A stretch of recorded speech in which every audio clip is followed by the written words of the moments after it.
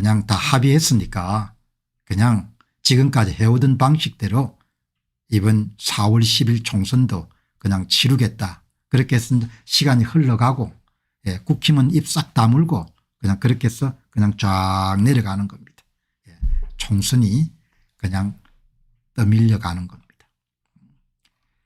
어제 말씀드렸지만 한 번 더 정리를 하게 되면은 이제 총선을 결과를 만드는 거지 않습니까? 선거 사무를 담당하는 자들이. 그러니까 국민들이 던진 표를 가지고 당선자와 낙선자를 구분하는 것이 아니고 그 과정을 여러분 간단 명료하게 이야기하게 되면은 위에가 여러분들 기존 방식이고 개표소에서 사전투표함과 당일투표함을 까고 개함이라고 하죠. 10개장 전자개표기를 돌려 가지고 그다음에 개수기를 통과한 다음에 육안으로 대충 검사하는 이런 방식을 사용해 왔는데 언론에 대서특필하면서 12월 27일 날 선관위가 내놓은 아주 혁신안이라는 것이 3번하고 4번을 바꾼 거죠. 순서를. 그래서 이거를 심사국 수검표를 선거관리위원회가 언론들에게 뭐라고 소개했는가 하니까 전면적인 수개표를 실시하게 됐다. 그러니까 뭐 많은 사람들이 야 그렇게 뭐 우리 윤 대통령께서 드디어 한 건 하셨다 이렇게 해서 박수를 치고 그랬지 않습니까? 제 이야기의 요지는 이 개함 단계에서 실물로 된 위조투표지들이 선거관리위원회가 이미 마련한 특정 선거구의 조작값에 맞춰 가지고 표를 위조투표지를 만들어서 투입했을 가능성이 매우 높다는 겁니다.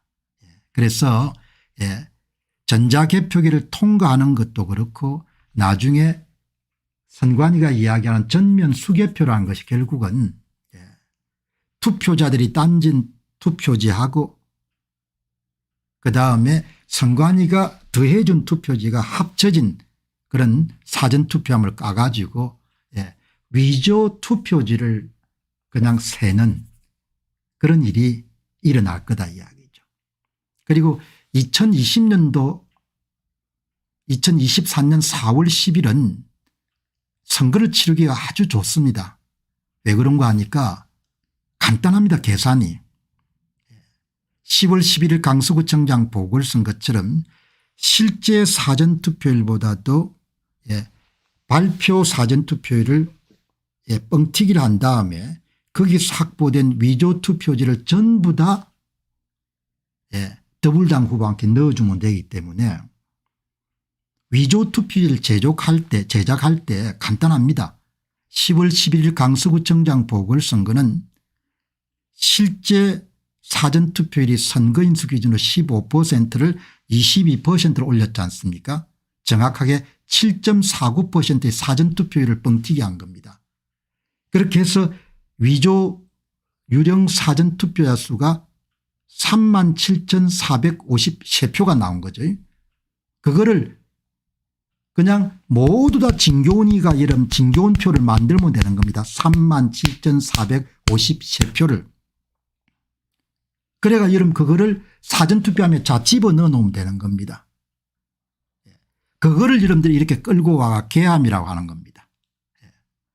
그거를 여러분들 개함을 해가지고 전자개표기를 통과하는데 전자개표기를 통과한 모든 여러분들 표가 진짜하고 가짜가 다 섞여 있는 겁니다. 그러니까 심사부가 수검표를 뭐 전면 수검표를 하든 육안으로 보든 관계없는 겁니다. 다 가짜가 전자개표기를 다 통과했기 때문에. 꼭 같은 일을 언제 한 겁니까? 4.15 총선과 관련된 5번의 재검표 인천 연수을 양산을 파주을 영등포을 오산시에서 있었던 개표 과정이 똑같습니다.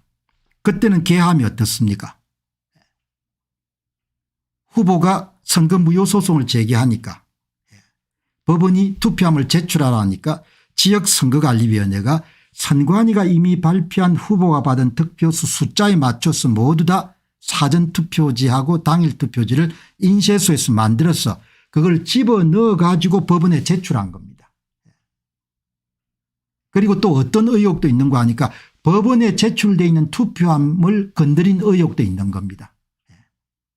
그럼 그 작업은 누가 했겠습니까? 지역 선관위 사람들이 했겠죠. 그렇게 해서 4.15 총선 같은 경우는 완전히 뭡니까? 가짜 투표지를 개함을 해가지고 전자개표기를 통과시켜가지고 법원의 이런 대법원의 이런 직원들하고 부장판사나 이런 분들이 오셔가지고 하루 종일 표를 센 겁니다. 표를 세는 과정이 또 엉망진창인 문제가 많았지 않습니까? 대한민국의 부정선거는 가장 중심에 위조투표지를 만들 수 있는 것이 그게 문제입니다. 선거관리위원회가 원하는 것만큼 위조투표지를 만들 수가 있는 겁니다. 그리고 그것을 4박 5일 사이인 사전투표함에 투입할 수가 있는 겁니다. 그 위조투표지를 가지고 항상 선관위가 이미 발표한 후보별 득표수에 맞출 수 있기 때문에 전산 조작도 마음대로 해가지고 득표수를 조작을 할 수 있는 거죠. 그럼 2024년 4월 10일 총선에서는 위조투표지를 언제 만들 것 같냐. 제야 전문가 말씀은 이렇습니다. 선거인수가 확정되는 시점 그게 한 달 전입니다. 선거인수가 확정이 되면 그때 이미 뭐가 다 준비가 되는 거 하니까 선거구마다 사전투표를 몇 프로로 발표할지 위조투표지를 몇 장으로 만들지가 다 한 달간이나 어마어마한 그러니까 제야 전문가 이야기는 다 준비해 놨다가 사전투표가 끝나게 되면 그냥 4박 5일 사이에 그냥 집어만 넣으면 되는데 집어넣을 때도 그것이 행랑식 이름 사전투표함이기 때문에 그냥 아가리를 불리면 그냥 다 집어넣을 수가 있는 겁니다. 그 모든 것이 가능하도록 만드는 것이 바로 공직선거법에 의한 투표관리관 개인 도장을 찍어야 되는데 그거를 이미지를 이용해 가지고 뭐죠?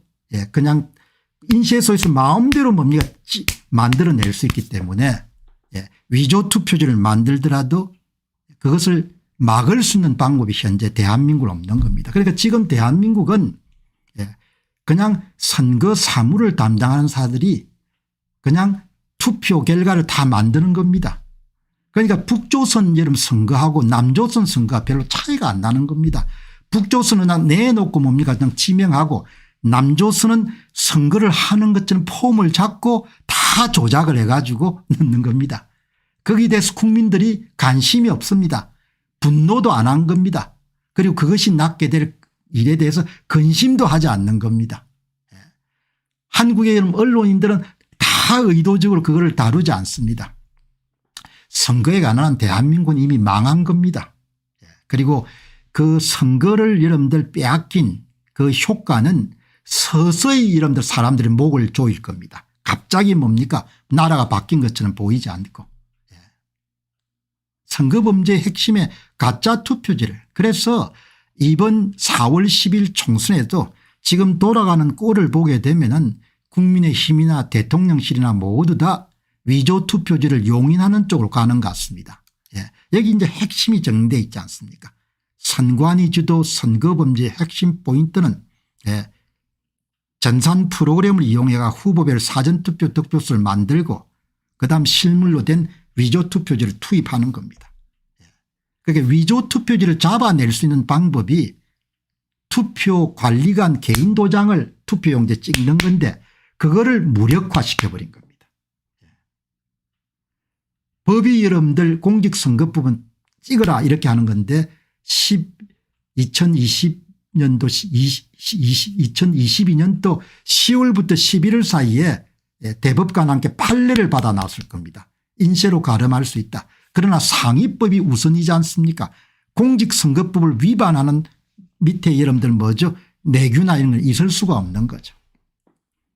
그러니까 이 선거 사기 세력들이 아주 정교하게 사전투표를 도입하고 그리고 QR코드를 통해 가지고 국민들의 이런 정치 성향을 다 파악하고 그리고 조작된 선거 결과를 국민들이 자연스럽게 받아들일 수 있도록 QR코드에서 확보된 국민들의 성향을 가지고 조작된 여론조사 결과를 만들고 투표지 분류기를 도입하고 투표관리관 개인 도장을 못 찍도록 하고 그렇게 일련의 작업을 다 거친 겁니다. 결국 그렇게 해서 대한민국이라는 그런 체제가 그냥 장악이 되게 된 겁니다. 그러니까 4월 10일 총선은 대한민국의 체제가 거의 뭐죠 완벽하게 그냥 장악이 되는 겁니다. 그 이후로 선거는 그냥 뭐 아무 막 악소리도 못할 겁니다. 그리고 악소리도 못하고 지금 그래도 뭐 미우나 고우나 윤 대통령이 계시니까 좀 비판적인 이야기를 하더라도 용인이 되지만 이재명 중심의 더불당이 여러분들 일당 지배체제에 들어가게 되면 제가 이런 이야기 할 수 있겠습니까? 못하죠. 저도 그때가 되면 그냥 손 안 들겠습니까? 그래 너희끼리 그냥 잘해 먹어라 이렇게 안 하겠습니까? 잘해 먹고 그냥 뭐 그냥 그렇게 살아 이렇게 안 하겠습니까? 이렇게 이러면 돌아가는 겁니다. 투표관리관 도장을 날인하게 되면은 선거관리위원회는 위조 투표지를 개인 도장을 찍으면은 선관위는 위조 투표지를 제작 투입할 수 있는 힘을 잃어버리게 됩니다. 이 위조 투표지 제조 투입이 어려워질 뿐만 아니고 선거 사기를 진행하는 사람들이 이런 전산 조작도 마음대로 하기 힘들죠. 발각될 염려가 높으니까. 이렇게 이름들 돌아가는 겁니다. 그래서 이 문제를 이 맹주성 교수님이 착하게 지적하지 않습니까? 투표함 속에 이미 투입된 가짜 투표지를 전자개표기로 통과시킨 이후에 유관으로 수개표를 한다고 가짜 투표지임을 확인해도 이미 개표기를 통과했는데 무슨 수로 무효라고 할 수 있나. 그러니까 모든 선거가 여기서 뭡니까 다 결판이 나는 겁니다. 이런 것을 다 알고도 국민의힘이 그냥 받아들인 겁니다.